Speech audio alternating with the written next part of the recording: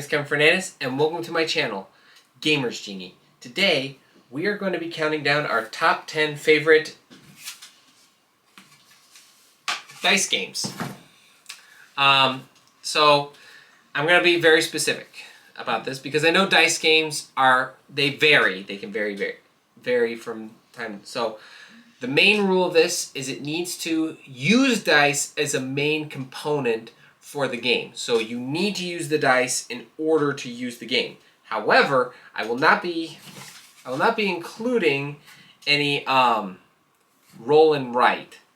I will be including roll and write. I will not be including any roll and move games. So with that being said, let's count down.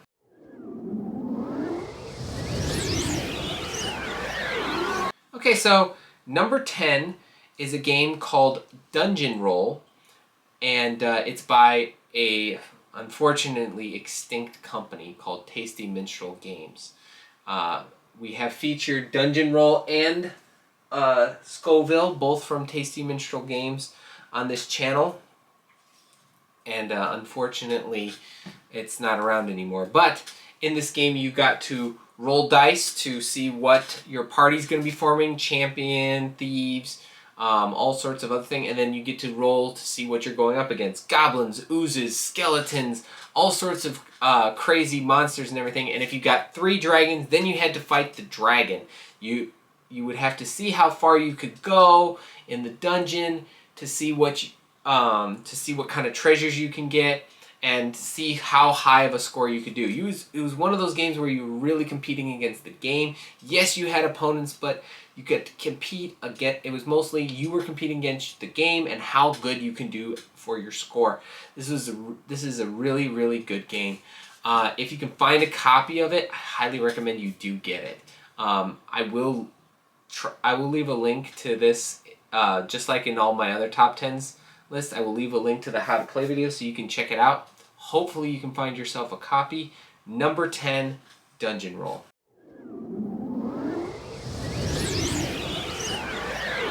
Okay, so number 9 is Sagrada by Floodgate Games. I only recently played this game. I think it was last year. I played it. It is gorgeous. I will say that. Number 1, it is very gorgeous. The dice. I never really thought dice would look pretty, but they do look pretty. And, you have to try to match everything on the board. But the rule is you can't have numbers matching, like, adjacent to each other. And I kind of painted myself in a corner on this game. I almost won if I didn't do that, though. I would have won the game. Dang. I did it at a game night. Unfortunately, I do not actually own this game. So, as of now, there's going to be no how to play video attached to this. I don't know if I'm still kind of iffy back and forth on if I want to get it or not. But we'll see. I do like it. It's a very beautiful game. It's a 4-player game, I believe, but it can go higher with the expansions and stuff like that. So, yeah, number 9, Sagrada.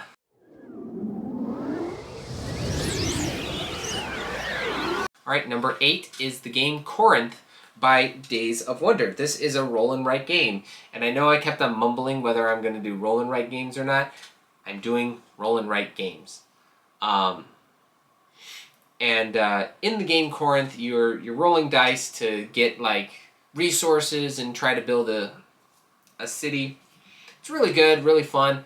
It's standard roll and write game. Roll and write games are always fun. It's something nice that you can do, and one of the best things about games like this is you can just print it out. You can have whatever dice you want. There's really nothing that comes with that you really need, like no tokens or anything like that. Again, I played this at a game night with some of my friends. I really enjoyed it. This was something we were doing while we were waiting for other people to show up. It's really fast, so if you don't have that much time, it's a pretty quick game. You can pull out, start playing, and you can pack it up before the rest of the party show up. So, yeah. Number 8, Corinth.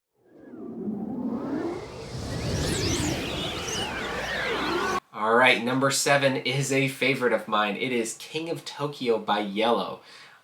King of Tokyo is definitely one of my favorite games in recent years. But it's designed by one of my favorite game designers, Richard Garfield, who designed Magic the Gathering. And of course, I've also played like Keyforge and this game. I played a lot of his games, and every time I love each one and how they're all unique. It never really seems like a lot of times it doesn't really seem like he's just copying what he did in like a previous game. Maybe he'll take some elements here and there, but gosh, I really love the games that he pumps out. And King of Tokyo is definitely one of a good ones. Like, so you get to pick these different kaiju monsters, and I know a lot of people are upset about Cyber Bunny not being there, but Cyber Kitty's still good. I like playing as Space Penguin. That's my favorite character. I like to play as Space Penguin because I like penguins. I like aquatic animals, and if they had like Robot Shark or something like that, I'd probably play as that. But I know there's expansions. There's like a specific Halloween expansion for King of Tokyo, and I haven't gotten that yet, but it's clear. And the funny thing is the one thing I love about King of Tokyo is it clearly shows that it's like taking elements from like famous IP, but it's like kind of playing like it's like changing them a little bit. Like you look at some of these, like they look like Godzilla, King Kong, Mecha Godzilla. And then it's like, oh, Cyber Kitty. Okay, yeah, that's not a thing or something like that. I want to say this, though. I'm a little glad they got rid of Cyber Bunny, because Cyber Bunny would always make me laugh. And the reason is that when I was a little kid, when I was younger, I used to watch a show, Codename Kids Next Door. And in Codename Kids Next Door, they had a scientist, number 2. He would invent a bunch of different things using their 2x4 technology. And one of the things he invented, by the way, this is pretty advanced for 2x4 technology, is a robot bunny that number 3 calls Hippity Hop. And so I would just be thinking of Hippity Hop the whole time, and I'm just like, oh gosh. It's like Kids Next Door all over again.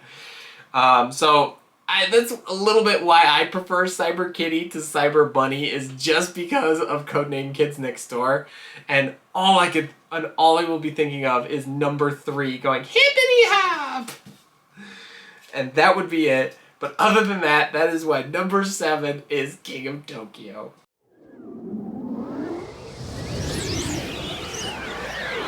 Okay, so number 6 is the game One Deck Dungeon by Asmodee Games. I hope I said that right. One Deck Dungeon, I know there's been some controversy behind that. Not really, but whatever. And I'm not going to get into the details on why, but I like the game. It's really fun, where you get to pick a hero, and it's a dungeon delving game. And yes, there is dice rolling in One Deck Dungeon, because you need the dice in order to beat the monsters and continue in the dungeon. So it is a necessary thing. It's not just something you decide to do. But I do like this game. It's really fun. And it's got a good solo mode and all that. The one thing is, eventually we always get stuck. I always play this game with my dad. We always get stuck at a certain point, and we're just like,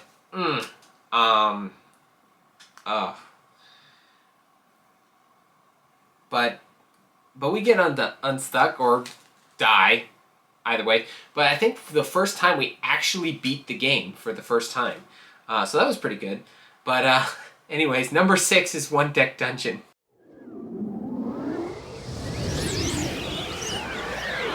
Okay, so number 5 is the game Majikoro by Pandasaurus Games. This is Majikoro 1, not Majikoro 2. I know there's a Majikoro 2, but I'm mostly focusing on number 1. And so this one is, you're building a city, you place different buildings around there, and they all have different numbers, but every turn you have to roll the die. And depending on what you roll, different buildings will activate. Some will activate your buildings and everybody else gets to activate them. Some will have you activate only buildings that you own, and some will have your opponent activate buildings they own and take from you. So it can really bite you in the butt. Unfortunately, it would be your fault. That's the bummer of that game, is that it would be your fault if the game bites you in the butt. I'm trying to avoid saying butt. I don't know why.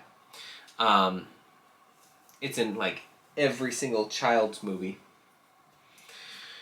But anyways, this game is really fun. You got to get all these different goals in order to unlock like major attractions. Monuments, I think they were called. And the first one to, I believe, get all 4 is the winner of the game. It's a really good game, really simple. If you like the game Monopoly, please check out this game. Okay? Just try it, okay? Just try it. It's okay. It's okay. You can try new things. It's fine. But number 5, Majikoro.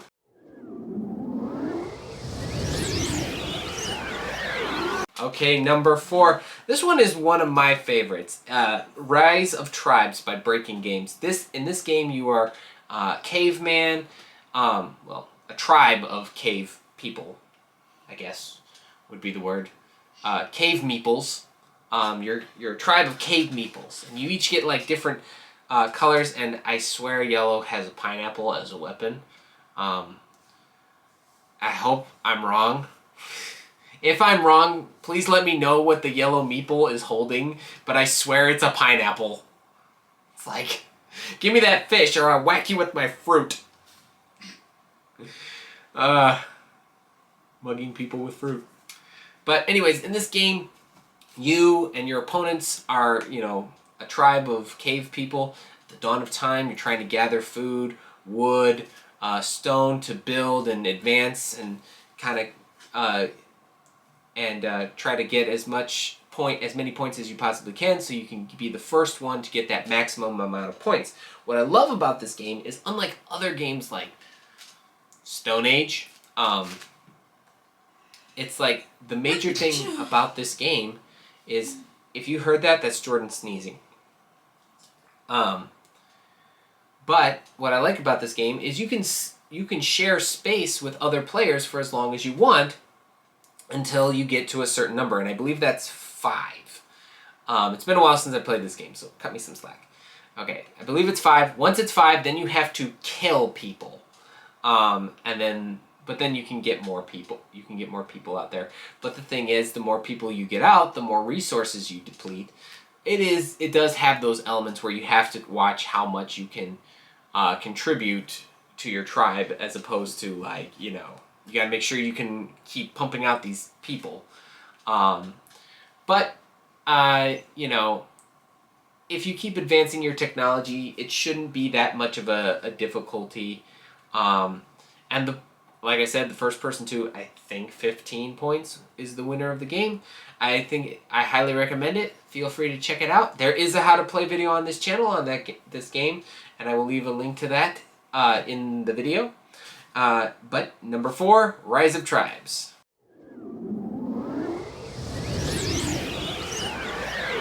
Okay, so number 3 is Kingdom Hearts Perilous Pursuits. This one, I forgot I played. 100%. That doesn't mean this game is forgettable. That just means I play a lot of games and they all kind of get lumped in together. But I do enjoy this game. At first I was very skeptical about this game when I first saw it in the virtual Gen Con.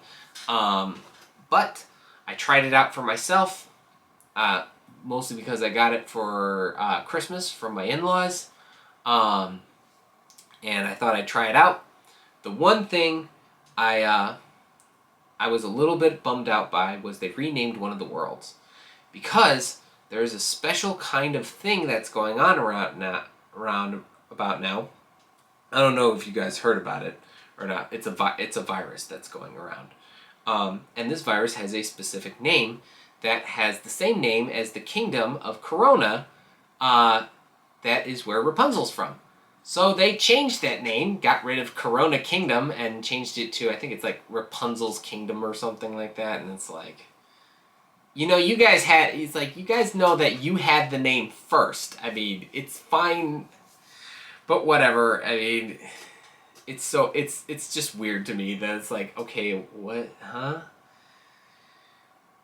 But, yeah, this game's still very fun. You get to play as Sora, Riku, Donald, Goofy, and that's about it. You roll dice to try to beat Heartless to make sure the Heartless don't outnumber the heroes.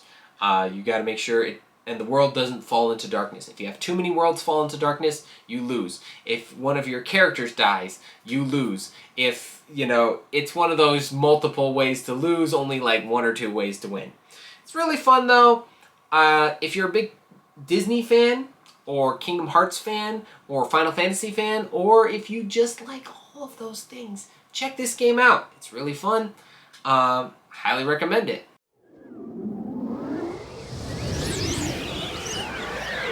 Alright, number 2 is the game Nocta Luca by Z-Man Games. This game I played when Jordan and my dad were were losing at a Ticket to Ride tournament. I did not know they were losing at the time, but they were losing, according to them. It's like they didn't tell me they won, but this was like, I think this was the 2019 Gen Con. I don't think this was the 2021 Gen Con. I think this was the 2019 Gen Con. But I went to Z-Man Games. It's so hard to remember because sometimes I don't know if I play their games a lot or not. But I did remember at that time when I did first try this game, I was like, I don't really try that many Z-Man Games stuff. And, you know, everybody always is talking about, oh, I want to try this game by Z-Man Games. Oh, I want to try that game by Z-Man Games. I'm like, okay, I'm going to try something. And I remember hearing something about Nocta Luca from like, I think it was like Z from Dice Tower. So I was like, okay, I'll give it a shot. So I sat down, gave it a shot. I really loved the game. It was really enjoyable. It's right behind me somewhere on this thing. Oh, yeah, right here. But this one you're collecting like different you're collecting these jellyfish, trying to complete, it's a set collecting game, trying to collect all the these jellyfish, which are represented by dice. And you can get that by saying, oh, I want this number, and then you go across a straight line to collect that specific number. And so you can get like several oranges, blues, greens, and all that stuff, and then you just fill out your card. Basically, once again, the player with the most points wins the game. And this is a very calming game. Again, it's not one of those games where you're super competitive. You are more against yourself for a while. Once you get towards the end, then everybody's kind of like, oh, I need this, and I need this, and I need this, and like, ah! But until you get to that point, it is pretty much, you do lose yourself within how relaxing this game is. This is dice games, not most relaxing games. I should probably make a list of that at some point. Kevin, remember to make a list of relaxing games this is just a note for you while you're editing this video. But number 2, Nocta Luca.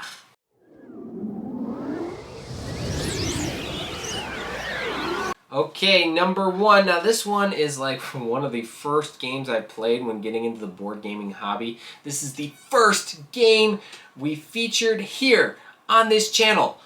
So that means you probably already know what it is, because that was a pretty big hint right there. That is Elder Sign by Fantasy Flight Games. This game is awesome. And I mean, I've never read anything by H.P. Lovecraft, but this game really does make me want to try it. I do love what I love.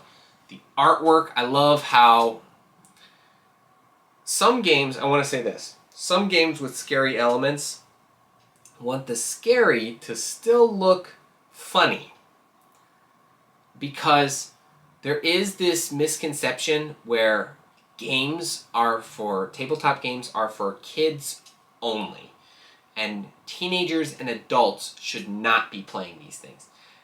If you played this game, you will be sorely mistaken. There is some pretty intense imagery in this game. There's like people sticking needles in eyes and grotesque monsters and like blood dripping from like mouths and all that stuff.